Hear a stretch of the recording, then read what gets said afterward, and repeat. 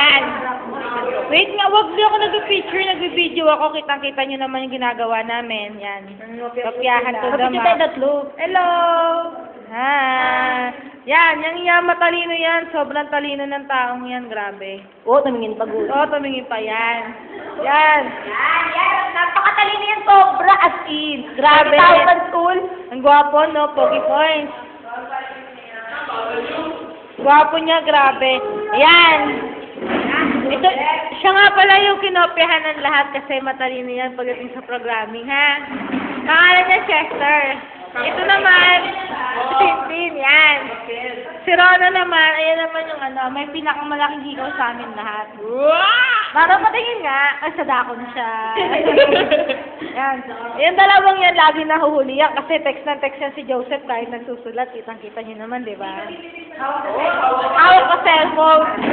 Sabi ko sa'yo, Joseph, ang pagte-text pwede sa bahay yan. Ano naman yung cellphone niya? Pero ang quiz natin, Joseph, hindi na pwede bukas yan. Bayan. Bayan. Ay, nako, si Joseph nga naman nagka-girlfriend lang. May nagme-makeup, ay nagpupulungan. Ito, pagka yan, lagi, kasi yan yung pinaka-ano. Yan, naglalagay yan. Yan. Ito rin, nag-refresh din siya. Yan, tinan mo. Ito naman si Gemma. Daldal kasi yan ng daldal, kaya lagi nahuli yan sa pagsusulat. At tinan mo, seryoso siya. Yee! Ayan, palengkera yan. Ayan ang palengkera ng namin, section namin. Okay na nga yan eh. Ito inaaway ako.